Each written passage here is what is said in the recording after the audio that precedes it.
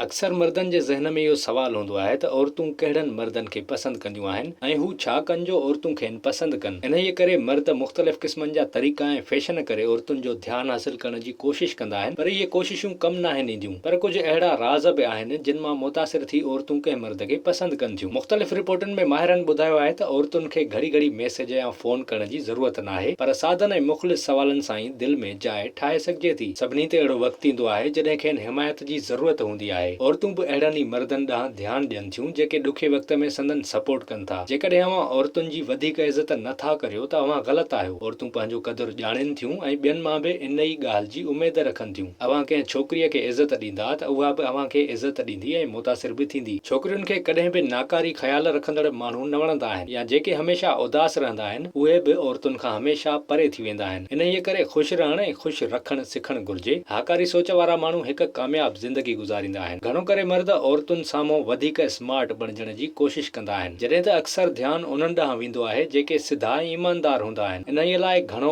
Smart थियण जी कोशिश बि न करणु घुर्जे। सभ खां अहम ॻाल्हि आहे त औरतूं इहो नाहिनि ॾिसंदियूं त अव्हां कीअं नज़र अचो था, पर हू अव्हां बाबति छा महसूस कनि थियूं, इहो अहमियत जोॻो आहे।